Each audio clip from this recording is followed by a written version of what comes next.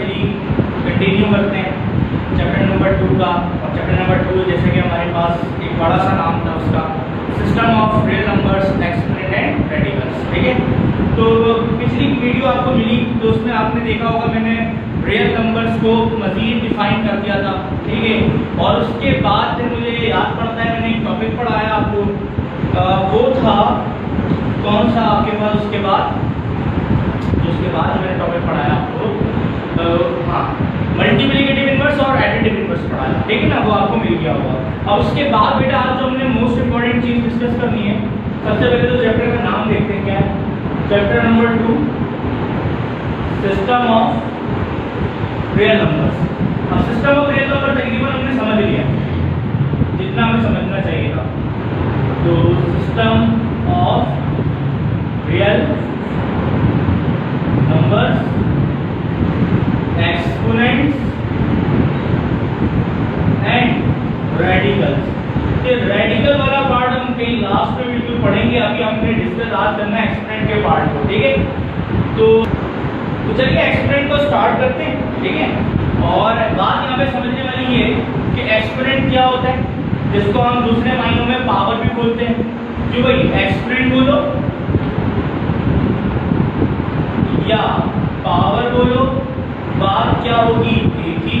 समझते हैं एक्सपोनेंट क्या होता है, और एक्सपोनेंट के साथ साथ हमने समझना होगा यहाँ बेस को भी। ठीक है ना, क्योंकि जो एक्सपोनेंट होता है वो तो बेस पे आता है ना किसी। ठीक है, तो इस बातों को समझना है। तो एक्सपोनेंट एक्चुअली क्या है, पावर है। ठीक है, तो मैं यहाँ पर एक्सपोनेंट पावर एंड बेस को डिस्कस कर रहा हूँ।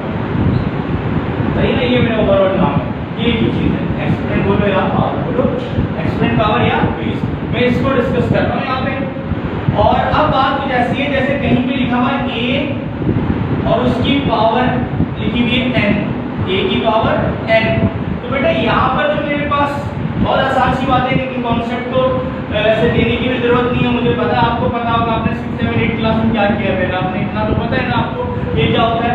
ये चीज़ बेस होती है, यानी डेफिनेशन क्या बोलूँगा इसकी, एक्सपोनेंट जिस पर होता है वो बेस है, पावर जिस पर होती है वो बेस होती है।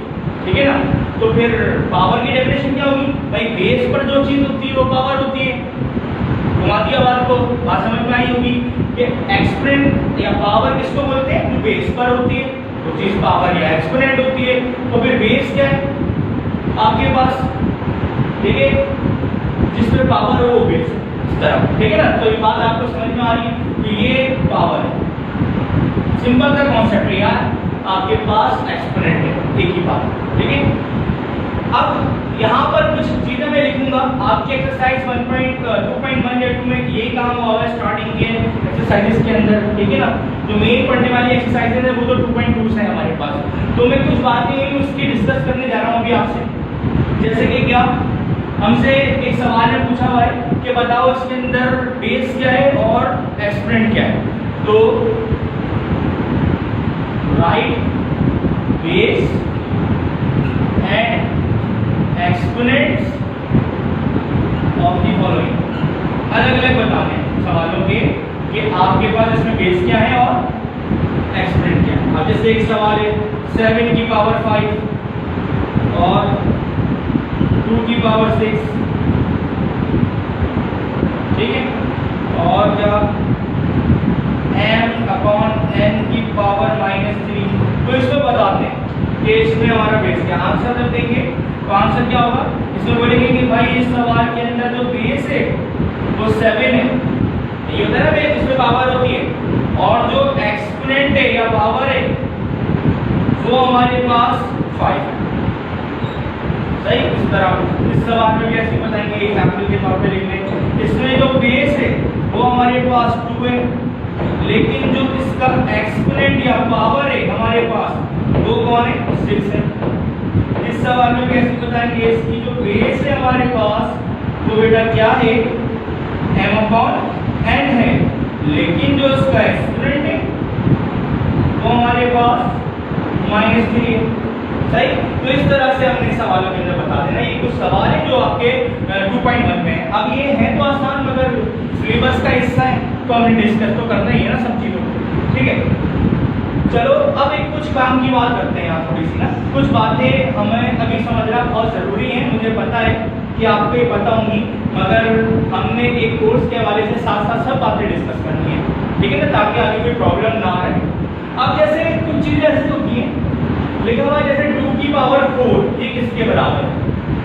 अब 2 की पावर 4 आपको वैसे तो पता होगा किसके बराबर है, क्योंकि वो पावर ऑफ सेट हमने पढ़ा था तो उसके अंदर ये डिस्कस हो गया था। इन बातों को जरा समझ लें। बेस पर जितनी पावर आती है, बेस पर जितनी पावर या एक्सपोनेंट आता है उतने टाइम बेस अपने आप से मल्टीप्लाई होती है। क्या बोल रहा हूँ, बेस पर जो पावर या एक्सपोनेंट आता है, जितना भी एक्सपोनेंट आता है ना, उतने टाइम वो बेस अपने आप से क्या होती जाती है, मल्टीप्लाई। अब जैसे 2 की पावर 4 है, इसमें बेस 2 है और एक्सपोनेंट का पावर 4 है, तो ये 2 बेस जो है अपने आप से कितनी बार खुद मल्टीप्लाई होगी, 4 बार। इसका मतलब ये यानी 2 multiply by 2 multiply by 2 multiply by 2, और फिर आंसर क्या बनेगा इसका, 2 to the 4 2 to the 8 to the 16। तो ये बातें जो है यहाँ पर बड़ी याद रखने वाली है, सही है। ये कुछ एक्स्ट्रा बातें आज की क्लास में मैं कर रहा हूँ, ये एक्स्ट्रा नहीं है, बिल्कुल हमारे सिलेबस और बुक के हवाले से ही है, लेकिन आपको अभी प्रिपेयर कर रहा हूँ ताकि फिर हमें आगे की जो नेक्स्ट एक्सरसाइजेज हैं 2.4 5 6 7 तक सिंप्लीफाई की वो पढ़ने में मुश्किल ना हो। इसीलिए ये बातें अभी छोटी छोटी क्लियर करना बहुत जरूरी है। जिसको नहीं पता उसको बताना चाहिए, क्योंकि मुझे पता है 9th क्लास में गैप आता है, उसके हिसाब से मैथमेटिक्स छूट जाती है, तो कुछ लोगों की मैथ्स वीक हो जाती है। तो मैथ्स कोई मुश्किल चीज़ नहीं है, मैथ्स बहुत आसान चीज़ है, बस इंटरेस्ट होना चाहिए आपका उस पर ना, ठीक है। तो हम छोटी छोटी बातें आज डिस्कस करेंगे। अब जैसे कहीं पे लिखा हुआ है 3 का क्यूब, ये क्या होता है, इसका मतलब आप समझ गए होंगे बेटा। ये दूसरी एग्जाम्पल 3 का क्यूब का मतलब आप समझ जाओगे कि 3 अपने आप से 3 बार क्या होगा, मल्टीप्लाई, यानी कि 3 मल्टीप्लाई बाय 3 मल्टीप्लाई बाय 3 और 3 बाय 3 3 दा। ये नहीं करना भाई 3 3 दा 9, कुछ लोग पागलों की तरह इस तरह मल्टीप्लाई करना शुरू कर देते हैं, बोलते हैं 3 3 दा 9 होता है। देखो वो चीज़ अलग होती है, अगर 3 मल्टीप्लाई बाय 3 ऐसे लिखा है तो 3 3 दा, ये एक अलग चीज़ है, ये हल्की सी छोटी सी पावर बनी हुई है, तो इसका मतलब है 3 अपने आप से 3 बार मल्टीप्लाई हुआ, जितनी बार बोलेगा यहाँ पर, ठीक है। यानी मैं कहता हूँ बेस पर जो भी टाइमिंग दी हुई है, टाइम्स, उतनी बार बेस उस टाइम से क्या होती है, मल्टीप्लाई होती है। अगर उसकी टाइमिंग 3 दी गई तो 3 बार हो जाएगी, अगर उसकी टाइमिंग 4 दी गई तो 4 बार हो जाएगी। ये मीनिंग से जो मैं इसको क्लियर कर रहा हूँ क्लियर से, ठीक है। तो अभी 3 की पावर 3 का मतलब है 3 अपने आप से 3 बार मल्टीप्लाई हो जाएगा, ठीक। और फिर क्या बनेगा ये 3 3 दा 9 9 3 दा 27, इसका आंसर बन जाएगा। ये भी तो सबको याद होनी चाहिए। चलो ये बात भी क्लियर हो गई। अब एक और बात मुझे आपसे करनी है, वो ये कि बेटा आपको 1 से लेकर कम से कम 20 तक के नंबरों के स्क्वायर याद होने चाहिए, और 1 से लेकर 10 तक चलेगा नंबर के क्यूब याद होने चाहिए, ठीक है ना। जैसे स्क्वायर आपको पता ही है, स्क्वायर मतलब एक नंबर अपने आप से 2 बार मल्टीप्लाई होता है, और क्यूब भी आपको पता लग गया है, एक नंबर अपने आप से मतलब 3 बार मल्टीप्लाई होता है, ठीक है ना। तो स्क्वायर और क्यूब आपको तमाम नंबर उसकी याद होनी चाहिए, 1 से लेकर 20 तक के स्क्वायर और 1 से लेकर 10 तक की क्या याद होनी चाहिए, क्यूब याद होनी चाहिए। चलिए एक यहाँ पे टेबल बनाते हैं, ठीक है। मैं आपको टेबल बना के दे रहा हूँ, मगर फिल नहीं करूँगा, फिल आपने करना, सही है, और उनको याद भी करना।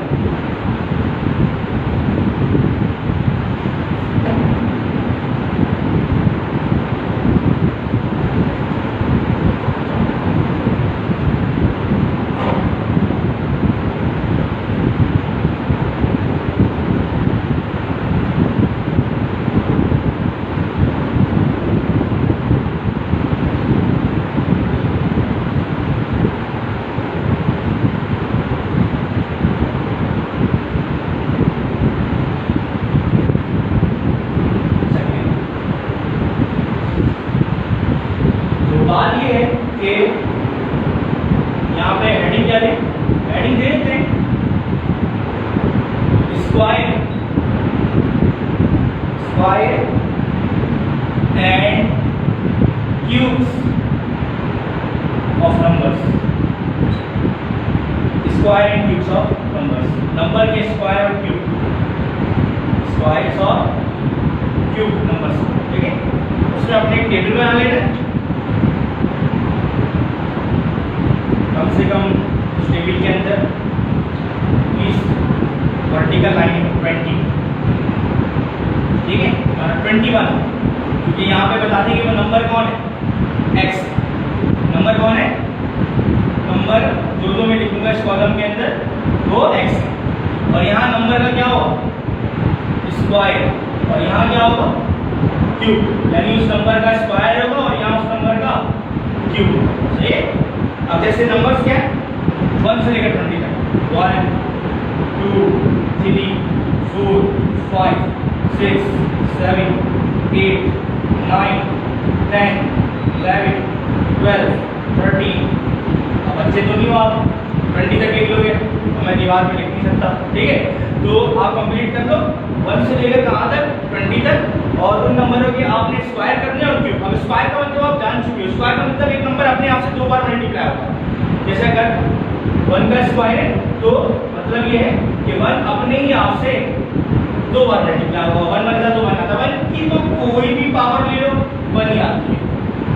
याद रखिए मैं आपको 1 की टेढ़ी मेढ़ी पावर लेते हुए -3/2 वो भी 1 ही आएगा, सही है ना, 1 की कोई भी पावर तो बता है। तो अब क्या करें, हमारे पास 1 का क्यूब है, 1 के क्यूब का मतलब भी डिफाइन हो रहा है, 1 अपने आप से 3 बार मल्टीप्लाई होगा, और जब 3 बार होगा तो 1 का क्यूब भी क्या आएगा मेरे पास बनाएगा। 2 का स्क्वायर, यहाँ पे 2 का स्क्वायर लिखना आपने, ये 1 के क्यूब क्या, 2 का स्क्वायर का मतलब है 2 अपने आप से 2 बार मल्टीप्लाई होगा, 2 का क्या होता है 4, और 2 के क्यूब का मतलब है एक और 2 ले लिया, 2 का क्यूब 2 अपने आप से 3 बार मल्टीप्लाई होगा, 2 का 4 4 का 8, इस तरह फिल करना है। अब 3 का स्क्वायर 9 है तो 3 का क्यूब 27 होगा, ये सब आपने फिल करना है। ये एरो बनाने की जरूरत नहीं, आपके जो कॉपी है उसमें खुद ही कॉलम बने हुए होंगे ना, ड्रॉ बनी हुई होगी, लाइन खींची हुई होगी, लाइन ड्रॉ हुई होगी, तो यहाँ तो लाइन ड्रॉ नहीं है, मैं एरो बना रहा हूँ, तो आप सफाई से एक टेबल बनाओगे 1 से लेकर 20 तक के नंबर्स का, कैलकुलेटर से फिल करो, याद भी करोगे, यानी कम से कम 1 से लेकर 12 तक या 10 तक के नंबरों के स्क्वायर क्यूब तो पक्के याद होने चाहिए। जैसे मैं आपसे पूछूं बेटा इसका स्क्वायर क्या होता है, आप मुझे डायरेक्ट जवाब दो, इस तरह याद करना है, और रट्टा नहीं मारना होता, समझना होता है कुछ चीज़ों को बस, ठीक है। टेबल याद है ना आपको, सब हो जाएगा, ठीक है, और कुछ प्रैक्टिस कर करके हो जाएगा सवालों में, अभी नहीं तो चैप्टर कंप्लीट होने के बाद तक या एग्जाम तक तो बहुत आप टाइट चीता हो जाओगे, इसके अंदर सारे नंबरों के स्क्वायर याद हो चुके होंगे, तो टेंशन लेने की बात तो है ही, सही है। तो ये फिर तो कर दोगे आप लोग, होमवर्क पे जा रहे हैं, चलो आगे बढ़ो। अब बात ये है कि कुछ बातें इसके अंदर ऐसी हैं जो बेस और एक्सपोनेंट से रिलेट है, सही है। वो ये है कि हमें कैसे पता लगेगा कि अगर एक बेस है नेगेटिव और उस पर पावर आ रही है इवन या ऑड, तो वो जो नंबर सॉल्व होकर आंसर आता है वो आने वाला नंबर पॉजिटिव होगा, पॉजिटिव रियल नंबर होगा या नेगेटिव रियल नंबर होगा। Positive real number negative real number से बनाते वो आंसर पॉजिटिव में आएगा या नेगेटिव में आएगा, ये बातें हमने जरा यहाँ सीखनी है, आप जरा देखिए, ठीक है। कुछ पॉइंट्स हैं, ये पॉइंट्स आपने नोट किया, ठीक है ना, ये points for positive real number and negative real number के लिए, इसके लिए for positive and negative real numbers के लिए। और आपको पता ही है बेटा, आप तो रियल नंबर्स क्या होते हैं, रैशनल और इरेशनल का यूनियन होते हैं, ये मैं पिछले लेक्चर में बता चुका हूं। अब हम एक बात यहाँ पर पहला पॉइंट डिस्कस करते हैं, तो ये कि फर्स्ट कर लो, बहुत आसान से बातों में बता रहा हूँ कि बेस जो है, ये जो बेस होती है, बेस ये नेगेटिव है। कैसी बेस है, नेगेटिव। अच्छा मैं इसके 3 पॉइंट बनाऊंगा, तीनों पॉइंट को जरा गौर करो, सही है। पहला पॉइंट बेस नेगेटिव है, दूसरा पॉइंट बेस नेगेटिव है, तीसरा पॉइंट बेस पॉजिटिव है, सही। अब इस बेस पर जरा बात को गौर से सुनना, ध्यान और तवज्जो की जरूरत है ना। अगर इस बेस पर हमारे पास ये नेगेटिव बेस पावर कैसी आ गई, इवन। अब इवन नंबर पता है क्या होते हैं, ये तो मुझे नहीं बताना चाहिए, आपको बताना चाहिए, सेट्स में बता चुका। अगर ये नेगेटिव बेस पे इवन नंबर आ गए तो आने वाला नंबर हमेशा पॉजिटिव रियल नंबर होगा, मतलब उसका आंसर जो भी आए, जितनी भी पावर लेकर पॉजिटिव आंसर आएगा, ठीक है, यानी उसका आंसर पॉजिटिव आएगा हमारे पास, ठीक है। यानी कि कैसे देखें, बस आपने यहाँ पे लिखना है आने वाला नंबर पॉजिटिव रियल नंबर है, पॉजिटिव रियल नंबर। अब बात हमारे पास ये है कि नेगेटिव बेस है, सेकंड पॉइंट समझते हैं, मैं इसको क्लियर करता हूँ। नेगेटिव बेस है और अगर पावर क्या है हमारे पास ऑड, अब ऑड नंबर की आपको पता होनी चाहिए बेटा क्या होता है। ऑड नंबर वैसे 1 3 5 7 होते हैं और इवन नंबर तो 2 के डिग्री में आके 2 4 6 8 करके ऑड नंबर है अगर और बेस नेगेटिव थी तो आने वाला नंबर हमेशा याद रखो नेगेटिव होगा। नेगेटिव भी लिख दो पॉजिटिव, यानी नेगेटिव रियल नंबर होगा, कोई नेगेटिव इंटीजर होगा, पॉजिटिव नेगेटिव रियल नंबर, ठीक है। अब इनकी एग्जांपल देखो, एग्जांपल व्यू से ले लो ई डॉट जी। पहली एग्जांपल समझो, एक एग्जांपल दूंगा, उसके बाद में प्रैक्टिस कराऊंगा यहाँ पे, एक बहुत सारे सवाल। फर्स्ट कर लो, एक बेस की -3 नजर आ रहा है, ये बेस है, उसके बेस है कैसी नेचर में माइनस की नेगेटिव और उस पे पावर की इवन थी क्या 4, ठीक है, पावर कैसी थी उस पे इवन थी 4। तो आने वाला नंबर कैसा आए, पॉजिटिव में आंसर आएगा इसका या नेगेटिव में आंसर आएगा, इसकी बात हुई। इसका आंसर आएगा, अगर मैं इसको डिफाइन कर दूं, -3 multiply by -3 multiply by -3 multiply by -3, यानी -3 4 गुना 4 बार 4 टाइम्स अपने आप से क्या होगा मल्टीप्लाई। आप देखो पॉजिटिव कैसे होगा, minus multiply minus, minus minus multiply में क्या होता है प्लस, फिर यहाँ से प्लस हो गया, फिर प्लस माइनस माइनस, फिर माइनस माइनस मल्टीप्लाई हो गया आखिर में तो प्लस। तो फाइनली जब ये मल्टीप्लाई होगा तो क्या हो जाएगा प्लस, यानी इवन नंबर कोई भी आ जाए 4 6 8 10 करके ये पॉजिटिव ही आता है, भले बेस क्या हो नेगेटिव हो। अब आंसर कुछ भी हो सकता है, मैं आंसर की बात नहीं कर रहा, मैं उस आंसर की नेचर की बात कर रहा हूँ। वो जो आंसर आएगा उसकी नेचर कैसी होगी, पॉजिटिव होगी, नेगेटिव नेचर नहीं होगी। देखो कैसे minus minus plus, plus minus minus, फिर माइनस माइनस प्लस हो जाएगा। अब आंसर क्या आएगा वो अलग बात है, आंसर क्या आएगा वैसे 3 3 9 9 3 27 27 3 का कितना होता है हमारे पास 27 3 का 81 होता है ना, ठीक है 81। वो 81 किसका आ रहा है प्लस, ये minus minus plus, plus minus minus, फिर माइनस माइनस प्लस, आखिरी साइन प्लस का आएगा, प्लस साइन नहीं दिखाते, ये बात बता चुका हूँ। और 3 3 9 9 3 27 27 3 81, ठीक है। तो देखो आया पॉजिटिव का आंसर एग्जांपल में। अब दूसरी एग्जांपल डिस्कस करते हैं कि नेगेटिव बेस पे ऑड पावर हो तो नेगेटिव रियल नंबर क्यों आता है, नेगेटिव आंसर कैसा आता है, ठीक है। तो इसके लिए भी एग्जांपल, अब एक -2 है और उस पे पावर है 3, ठीक है, मैं ज्यादा पावर भी ले सकता हूँ, मैं पावर लेने को तो 127 भी ले सकता हूँ, लेकिन आपको पता होना चाहिए 127 ऑड नंबर है, सही है। मैं कभी आसान सी एग्जांपल दे रहा हूँ, पावर 3। अब -2 अपने आप से कितनी बार मल्टीप्लाई होगा, वही बात जितनी बार बोला है पावर में 3 टाइम। तो देखो minus minus plus, plus minus finally क्या होगी माइनस, ठीक है। तो आने वाला आंसर किसमें आएगा, माइनस में आएगा। उसकी नेचर, उस आंसर की नेचर कैसी होगी, नेगेटिव आंसर होगा वो, ये कहने का मतलब है। आंसर क्या होगा वो अलग बात, ठीक है। आंसर क्या होगा 2 to the 4 4 to the 8 -8 answer. देखो आने वाला नंबर कैसा नंबर है, नेगेटिव रियल नंबर, और आने वाला यहाँ कैसा नंबर था, पॉजिटिव रियल नंबर। तो negative base even power positive answer आएगा, negative base odd power negative answer आएगा। अब एक तीसरी एग्जांपल क्या थी जो मैंने बताई नहीं है, वो बात मैं ये बताना चाह रहा था कि जब बेस ही पॉजिटिव है तो फिर तो झगड़ा ही नहीं है, तो फिर तो फटता ही नहीं है, लड़ाई कहाँ है, जब आपके पास बेस कैसी है नेगेटिव, तो उस वक्त चेकिंग है, फिर देखना पड़ता है कि अगर नेगेटिव बेस है तो पावर उस पर कैसी है, इवन है या ऑड है, और फिर उसके बाद डिसीजन लिया जाता है। अगर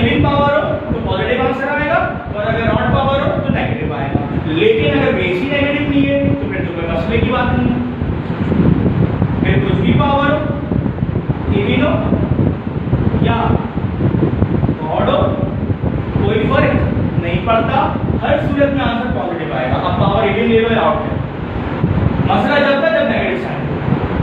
तो अब इधर पावर इवन हो या ऑड हो, आने वाला नंबर पॉजिटिव रियल नंबर होगा। तमाम नंबर रियल नंबर ही होंगे ना, फाइनल बात करता हूँ, पॉजिटिव रियल नंबर आंसर आएगा, जो भी आंसर है, यानी हमारा जो भी आंसर होता है ये रियल नंबर है, बोल सकते हैं ये भी रियल नंबर है, ठीक है ना।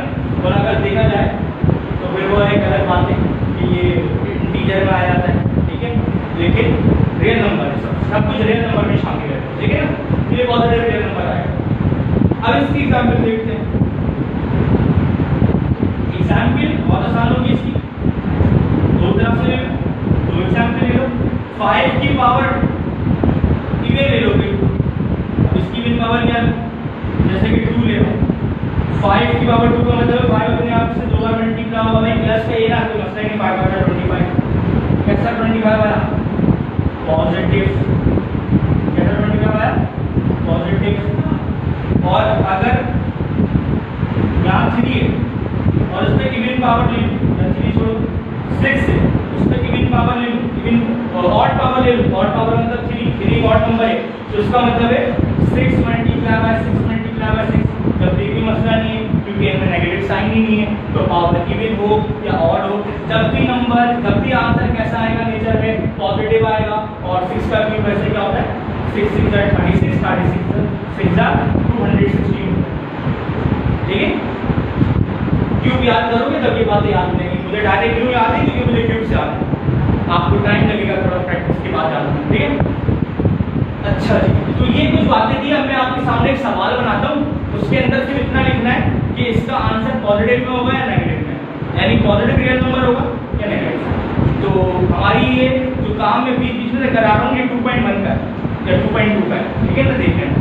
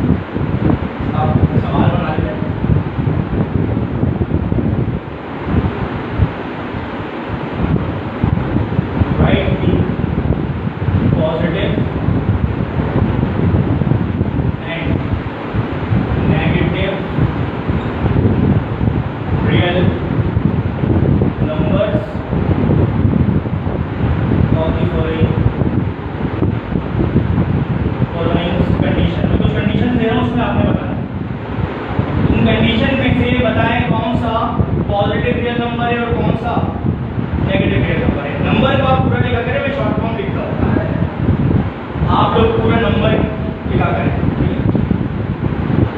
स्पेलिंग चलिए पहली एग्जाम्पल है, जब सवाल बना रहा हूँ -7 पावर 5 -8 पावर नंबर 5 की पावर 6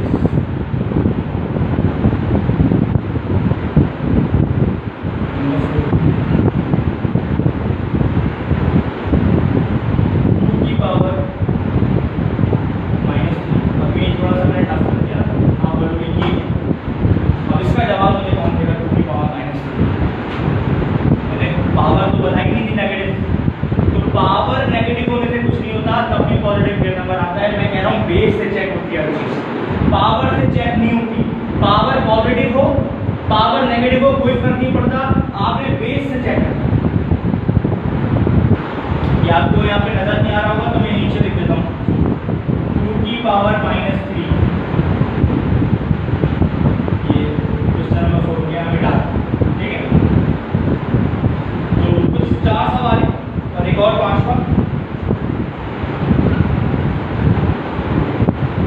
36 की पावर -36 की पावर 127, ठीक है। मैं आपसे ये नहीं बोला 127 पावर निकालनी है, आंसर पूरा देना है। मैं आपसे कितना पूछना चाह रहा हूँ कि आने वाला नंबर पॉजिटिव रियल नंबर हो या नेगेटिव, सिर्फ इतना जवाब देना है। ये लिखना है पॉजिटिव रियल नंबर आंसर में, नेगेटिव रियल नंबर आंसर में, ये ही लिखना है बस, इसका आंसर पूरा नहीं लिखना है, ठीक है।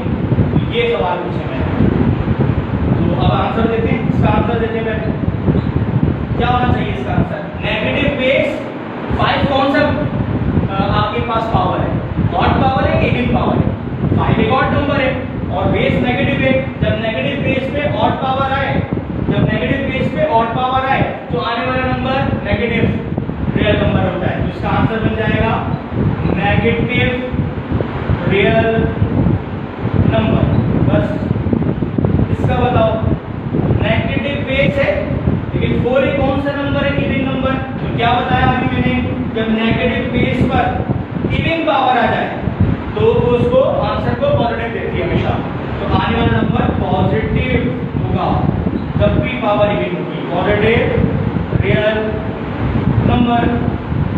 लेकिन यहाँ तो झगड़े की बात ही नहीं, मसले की बात ही नहीं, क्योंकि बेस ही नेगेटिव नहीं है। तो फिर हमें पावर इवन हो, ऑड हो, नेगेटिव हो, पावर जैसी भी हो, आपके पास नंबर कैसा मिलेगा? हमेशा पॉजिटिव रियल नंबर मिलेगा। आंसर होगा पॉजिटिव रियल नंबर। ठीक है बेटा, ये वाली बात जरा समझे, इसको मैं आपको क्लियर करता हूँ। देखो भाई, नेगेटिव को पॉजिटिव करने का तरीका ये होता है, मुझे बता रहा हूँ जरा देखना, 2 की पावर -3 है। ये तरीका आप आगे भी सीखोगे। अभी जरा सा इस सवाल को हल करने के लिए समझ लो कुछ बात। अगर किसी भी नेगेटिव पावर को पॉजिटिव करना होता है ना, तो हम खुद से वैल्यू को रेसिप्रोकल कर देते हैं, पलट देते हैं, ठीक है। यानी कि ये जब होगा तो पावर नेगेटिव है, यानी कि हम 1 ऊपर करेंगे और 2 की पावर 3 नीचे करेंगे तो नेगेटिव पावर अब नेगेटिव की लिखी जाएगी, बल्कि वो कैसे हो जाएगी? पॉजिटिव।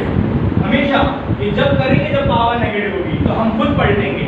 मैंने बताया था एक नंबर के नीचे 1 छुपा हुआ होता है, नजर नहीं आता, लेकिन अब 1 दिखाना पड़ रहा है समझाने के लिए। जब पलटोगे तो 1 ऊपर जाएगा और 2 की पावर 3 नीचे आएगी, मगर नेगेटिव होगी नहीं, पॉजिटिव होगी। करें इसलिए है ये स्टेप कि पावर पॉजिटिव हो जाए, ठीक है। लेकिन 2 का क्यूब क्या होता है? 2 का क्यूब आंसर आता है 8। अब एक आंसर बना 1/8। बेटा ये तो 1/8 आंसर है, ये आंसर नेचर में नेगेटिव है या पॉजिटिव है? नेचर में कैसा है? नेचर में पॉजिटिव है ना, तो इसका मतलब इसके पीछे प्लस लगा हुआ है, मगर वो प्लस नजर नहीं आ रहा, तो आने वाला नंबर कैसा हुआ? Positive real. इसका मतलब पावर से कोई ताल्लुक नहीं, बेस से ताल्लुक होता है हमेशा, ठीक है। तो पॉजिटिव रियल नंबर, ये मैंने थोड़ी ऊपर की बात बता दी, उसमें ऐसा कोई सवाल है नहीं, ठीक है। खैर ये सवाल इस टाइप का बुक में है, बस इतना जज करो। नेगेटिव बेस पावर कैसी है? नेगेटिव बेस पे इवन पावर है कि ऑड पावर है? 127 आपको क्या लगता है, इवन नंबर है या ऑड? आप बोलोगे इतना बड़ा नंबर है सर कैसे सोचे? ऐसे सोचो, क्या 127 2 से डिवाइड हो सकता है कंप्लीट? नहीं हो सकता।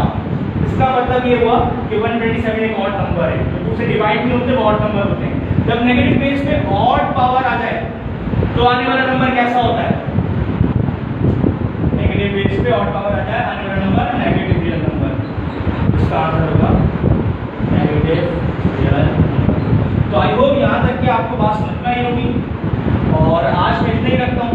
इंशाल्लाह नेक्स्ट हमारा जो कल परसों में जो भी लेक्चर होगा, जो अपलोड होगा, उस लास्ट लेक्चर के अंदर बेटा मैं क्या करूँगा, आपको एक्सपेरिमेंट्स के बारे में बता दिया है, लॉज ऑफ एक्सपेरिमेंट पढ़ाऊंगा।